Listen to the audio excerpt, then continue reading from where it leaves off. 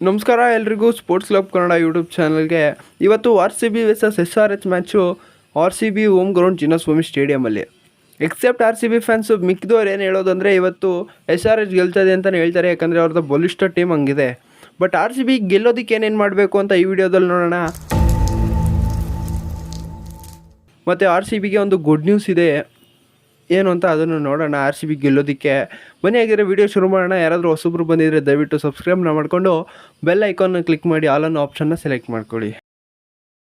ಸದ್ಯ ಮ್ಯಾಕ್ಸ್ವೆಲ್ಗೆ MI ಮ್ಯಾಚಲ್ಲಿ injury ಆದಮೇಲೆ ಏನು ಪ್ರಾಬ್ಲಮ್ ಇಲ್ಲ ಅಂತ RCB ಟೀಮ್ ಡೈರೆಕ್ಟರು ಮೋ ಬಾಬಟ್ ಅವರು ಹೇಳಿದ್ದಾರೆ. ಇನ್ ಕೇಸ್ ಮ್ಯಾಕ್ಸ್ವೆಲ್ ಏನಾದರೂ ಇವತ್ತು ಆಡಿಲ್ಲ ಅಂದರೆ ಗ್ರೀನ್ ಡೈರೆಕ್ಟಾಗಿ ಪ್ಲೇಯಿಂಗ್ 11ನಲ್ಲಿ ಬರ್ತಾರೆ. ಇನ್ನು RCB versus SRH head to head ನೋಡೋದಾದರೆ ಲಾಸ್ಟ್ 5 ಮ್ಯಾಚಸಲ್ಲಿ RCB 3ರಲ್ಲಿ ಗೆದ್ದಿದೆ, SRH 2ರಲ್ಲಿ ಮಾತ್ರ ಗೆದ್ದಿದೆ. ಇನ್ನು RCB ಟೀಮ್ ನ್ಯೂಸ್ ನೋಡೋಣ. ಈಗ RCB ಈ ವರ್ಷ ಆಡಿರೋ 6 ಮ್ಯಾಚಸಲ್ಲಿ 5 ಮ್ಯಾಚ್ ಸೋತಿದೆ. ಈಗ 10th ಪ್ಲೇಸ್ಗೆ ಬೇರೆ ಕುಸ್ತಿದೆ. ನಮ್ಮ ಬೌಲಿಂಗ್ ಡಿಪಾರ್ಟ್ಮೆಂಟ್ ಅಂತೂ ಸಿಕ್ಕಾಪಟ್ಟೆ ವೀಕ್ ಆಗಿದೆ.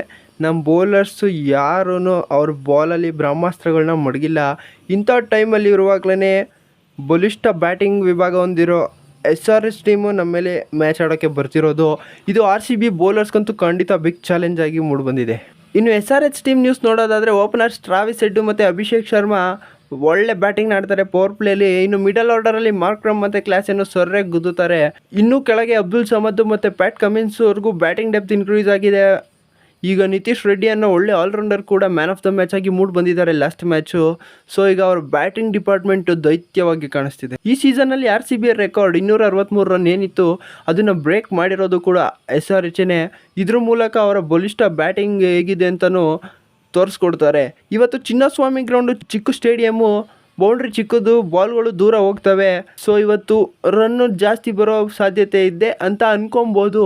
ಬಟ್ ಈ ವರ್ಷ ಚಿನ್ನಸ್ವಾಮಿ ಸ್ಟೇಡಿಯಮ್ಮಲ್ಲಿ 200 ರನ್ನ ದಾಟಿಸೇ ಇಲ್ಲ. RCB 3 ಮ್ಯಾಚು ಹೋಮ್ ಗ್ರೌಂಡಲ್ಲಿ ಆಡಿದೆ. ಆ 3 ಮ್ಯಾಚಲ್ಲೂ ಯಾರೂ 200 ರನ್ನ ಹೊಡೆದೇ ಇಲ್ಲ. ಸೊ ಇವಾಗ RCB ಗೆಲ್ಲಬೇಕಂದ್ರೆ ಏನೇನು ಮಾಡಬೇಕು ಅಂದರೆ ಫಸ್ಟು ಟಾಸು ಗೆದ್ದರೆ ಬೌಲಿಂಗ್ನ ತಗೋಬೇಕು. ಬೌಲಿಂಗ್ನೇ ತಗೋತಾರೆ, ಬಟ್ ಬೌಲಿಂಗ್ ಸಿಕ್ಕಿದ್ರೆ ಒಳ್ಳೆಯದು. ನಮಗೆ ಟಾಸ್ನ ಗೆಲ್ಲೇಬೇಕು. ಈ ಮ್ಯಾಚು ಕ್ರೂಷಿಯಲ್ ಆಗುತ್ತೆ ಟಾಸು. ಸೊ ಇವಾಗ RCB ಬ್ಯಾಟರ್ಸ್ ಮೇಲೆ ಜಾಸ್ತಿ ಜವಾಬ್ದಾರಿ ಇದೆ ಅಂತ RCB ಕ್ಯಾಪ್ಟನ್ ಫ್ಯಾಫ್ ಆಲ್ರೆಡಿ ಹೇಳಿದ್ದಾರೆ. ಇದ್ರ ಜೊತೆ ರಜತ್ ಲಾಸ್ಟ್ ಮ್ಯಾಚ್ ಫಾರ್ಮ್ನ ಕಂಡುಕೊಂಡಿರೋದು ಒಳ್ಳೆ ವಿಷಯ.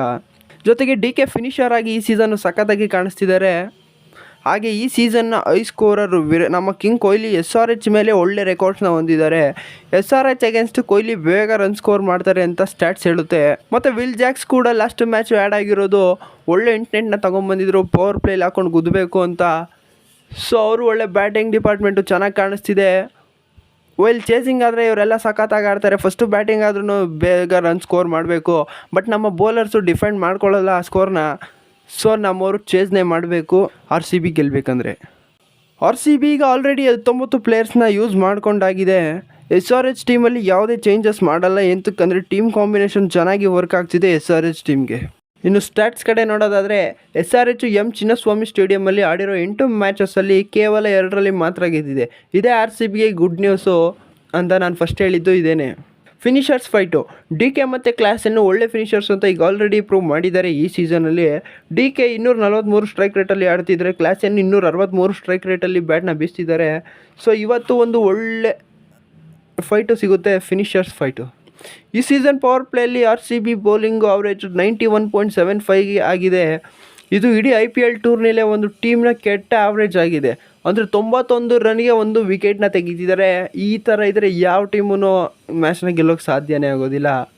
ಎಷ್ಟಂತ ಕಷ್ಟಪಡಬೇಕು ಬ್ಯಾಟ್ಸ್ಮನ್ಗಳು.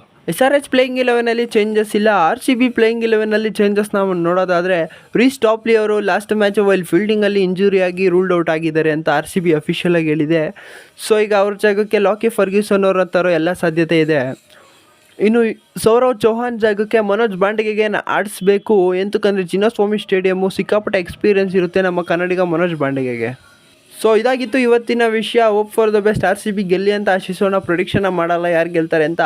RCB ಗೆಲ್ಲಿ ಅಂತ ಬೇಡ್ಕೊಳ್ಳೋಣ. ಸಿಗೋಣ ಮುಂದಿನ ವೀಡಿಯೋದಲ್ಲಿ.